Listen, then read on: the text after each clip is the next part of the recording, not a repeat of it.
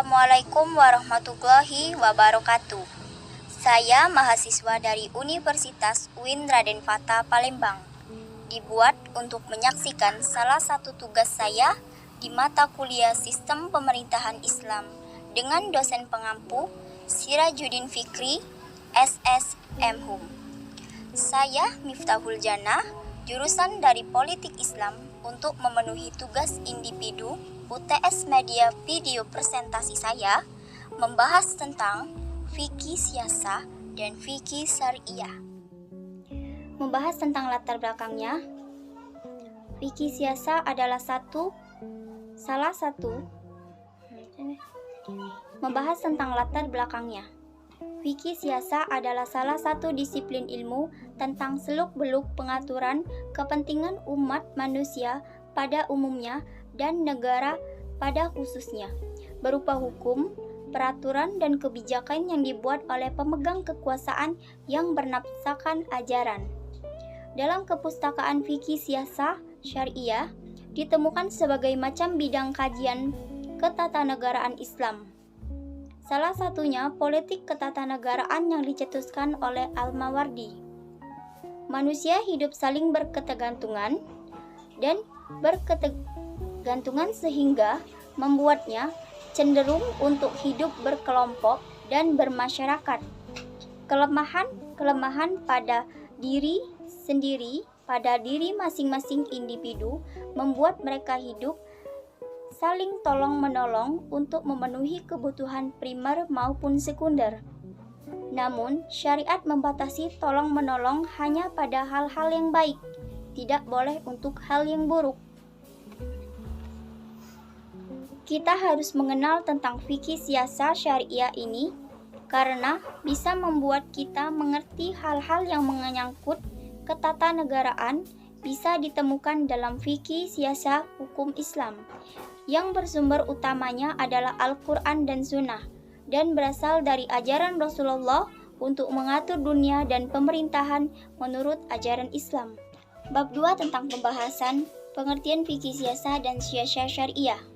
Fikih siasah secara etimologi atau bahasa, fikih adalah keterangan tentang pengertian atau paham dari maksud ucapan si pembicara, apa pemahaman yang mendalam terhadap maksud-maksud perkataan dan perbuatan.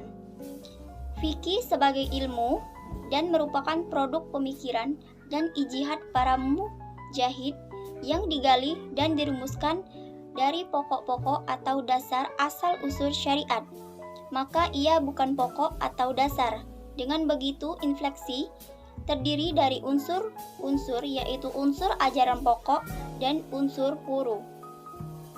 Biasa dikenal dengan istilah syariat wahiyat, yaitu siasat yang berdasarkan kepada pengalaman sejarah dan adab masyarakat, serta hasil oleh pemikiran manusia dalam mengatur hidup manusia bermasyarakat dan bernegara.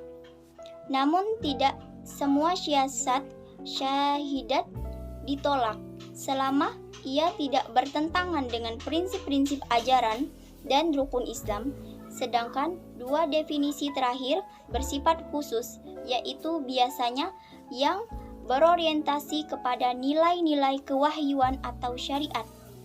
Corak siasah ini dikenal dengan istilah syariah atau fikih siasah. Dua istilah yang berbeda tetapi mendukung pengertian yang sama, yaitu siasah yang dihasilkan oleh pemikiran manusia yang berdasarkan etika agama dan moral. Dari pembahasan fikih siasah ini, adapun manfaat mempelajari fikih siasah.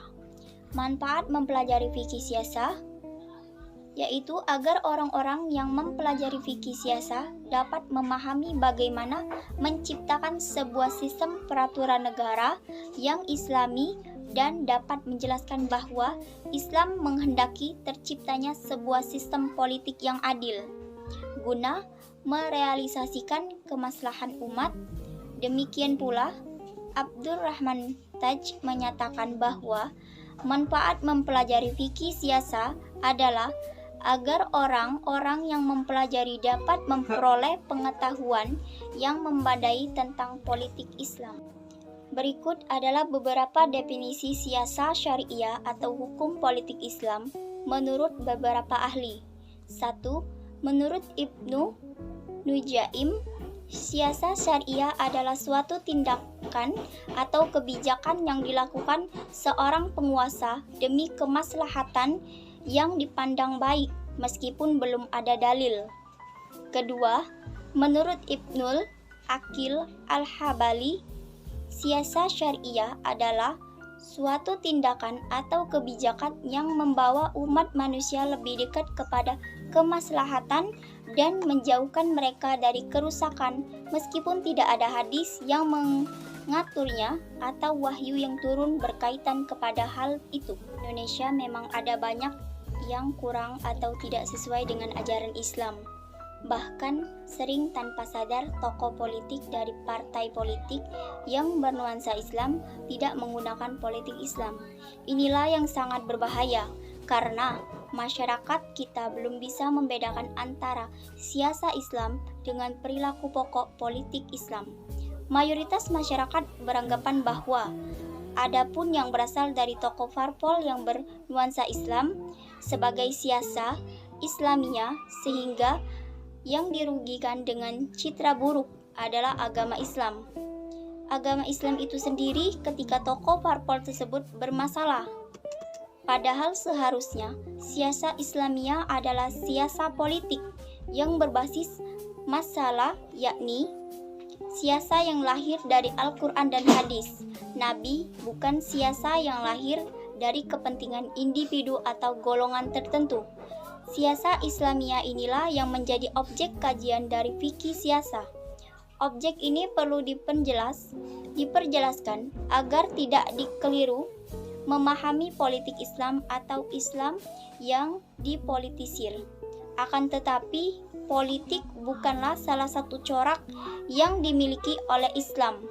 Ada banyak corak yang dimiliki oleh Islam, sebab jika Islam hanya bercorak politik, tanpa ada corak lain yang seharusnya ada Islam yang mewakili perwakilan tertentu. B. Objek dan metode pembahasan fikih siasa. Setiap ilmu mempunyai objek dan metode. Maka kalau kita membicarakan suatu ilmu, haruslah diketahui pada objeknya. Fikih siasa adalah suatu ilmu yang otonom sekalipun bagian dari ilmu fikih. Fikih siasa mengkhususkan pada bidang muamalah dengan perspeksialisasi segala ihwal dan selak-beluk peraturan negara pemerintahan.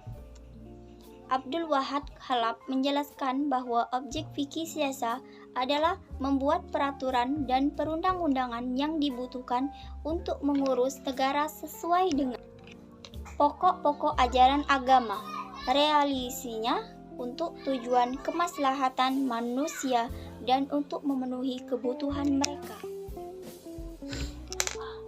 Dengan mengingat persesuaian penafsiran untuk dengan jiwa syariah yang kita tidak boleh di dalilnya yang khusus dan tidak berlawanan dengan suatu naskah dari naskah-naskah yang merupakan syariah amanah yang tetap.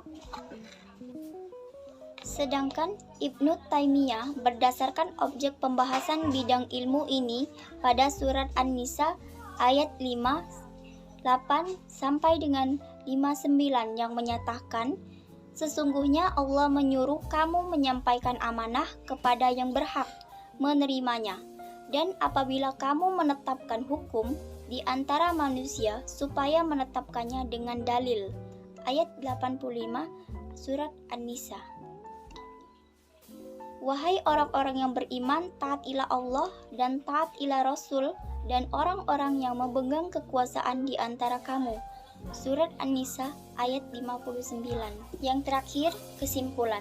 Kesimpulan dari materi saya, dari uraian yang di atas yang sudah saya jelaskan dapat disimpulkan bahwa fikih siasa ialah ilmu yang mempelajari hal ihwal urusan umat dan negara dengan segala bentuk hukum, peraturan, dan kebijaksanaan yang dibuat oleh pemegang kekuasaan yang sejalan dengan dasar-dasar ajaran syariat untuk mewujudkan kemaslahatan umat. Dan beberapa pengertian di atas dapat pula diketahui adanya hubungan antara fikih siasa atau syariat dalam sistem hukum Islam. Baik fikih maupun siasa syariah adalah hukum-hukum Islam yang digali dari sumber yang sama dan ditetapkan untuk mewujudkan kemaslahatan. Kemudian, hubungan keduanya dari sisi lain, fikih siasa dipandang sebagai bagian dari fikih atau dalam kategori fikih. Bedanya terdapat pada pembuatannya. Fikih ditetapkan oleh mujtahid, sedangkan siasa syariah ditetapkan oleh pemegang kekuasaan. Inilah dari video tentang presentasi saya mengenai judul fikih siasa dan fikih siasa syariah. Terima kasih. Kepada Allah saya mohon ampun. Wabillahi taufiq wal hidayah. Wassalamualaikum warahmatullahi wabarakatuh.